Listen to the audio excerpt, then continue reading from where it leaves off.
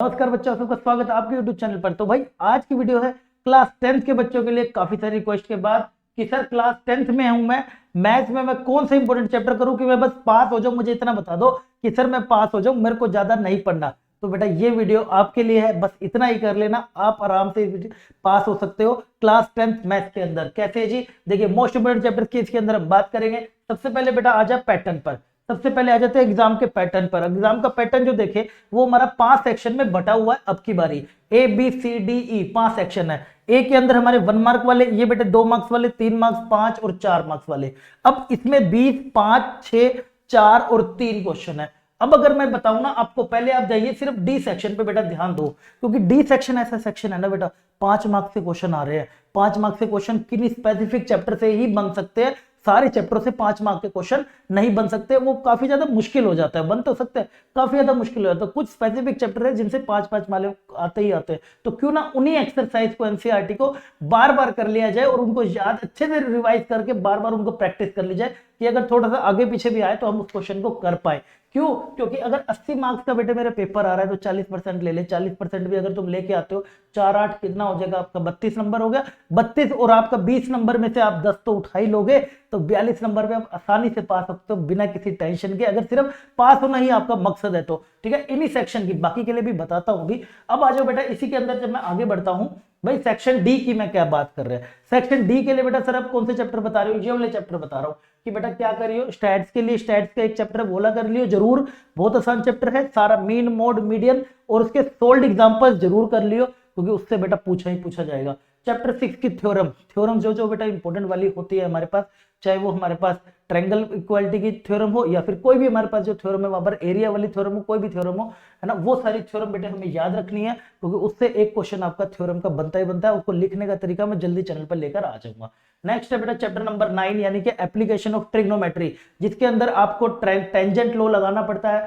Simple आपको या तो एयरक्राफ्ट वाले क्वेश्चन आते हैं, स्पीड पूछी जाती है, या फिर आपसे हाइट पूछी जाती है, पेड़ की हाइट बता दे, पोल की हाइट बता दे, टावर की हाइट बता दे। बढ़िया क्वेश्चन होते हैं, 5 मार्क्स के अंदर देने के लिए बढ़िया क्वेश्चन है। नेक्स्ट चैप्टर नंबर 12 और 13 जो कि काफी बच्चों को मुश्किल लगते हैं, sir area under sir area वाला नहीं आता सर, मेरे को सरफेस एरिया वॉल्यूम वाले नहीं आते सर। तो बेटा बस एनसीईआरटी कर लेना, इसलिए कह रहा हूं सिर्फ एनसीईआरटी भी आप जैसे जैसे करके बार बार रिवाइज करके अगर आप उसको पढ़ लेते हो, उन्हीं क्वेश्चनों को सोल्व कर लेते हो तो, और उसके सोल्ड एग्जांपल कर लेते हो, तो मैं गारंटी देके कह सकता हूं कि आप इसके अंदर अगर आपके पास 4 क्वेश्चन बेटे अगर आपके पास आ रहे हैं, अगर आपके पास यहाँ पर 4 क्वेश्चन आ रहे हैं तो 3 क्वेश्चन तो आप आसानी, या 4 तो आप आसानी से ही निपटा लोगे। क्यों? और इसके साथ साथ फायदा क्या है? इसके साथ साथ बेटा फायदा क्या, अगर आपने 3 कर लिए, 5 3 15 नंबर आपके हो गए, आपको 32-35 तक पहुंचना अगर पास होना है तो। इसके साथ साथ बेटा क्या है, केस स्टडी वाले, यहाँ पे हमारा आने वाला है केस स्टडी, और ये अगर आपने कर लिया ना तो आपके जो फर्स्ट एक 1 मार्क वाले आने वाले वो मैं बताता हूँ कि कैसे आपको करने हैं, एमसीक्यू वाले, है ना। अगर ये कर लिए तो आपके ये तो आसानी से ही हो जाएंगे, 20 और ई पार्ट में से आसानी से हो जाएंगे। इसको ध्यान से समझना, ठीक है। मैं आपको इसका एक तरीका बताता हूँ कहां से आपको फॉलो करना है। ये है बेटा वेबसाइट, मेरी वेबसाइट। कैसी कि भाई आपने वेबसाइट पे जाना है, मैथ्स इजी वेबसाइट है, तो भाई आपने जाना है, आपको जो भी चाहिए ये देखिए, जैसे गए एमसीक्यूज पे, जब एमसीक्यूज पे गए तो आपने अपनी क्लास सर्च करनी है कि भाई कहां से आ रहा है।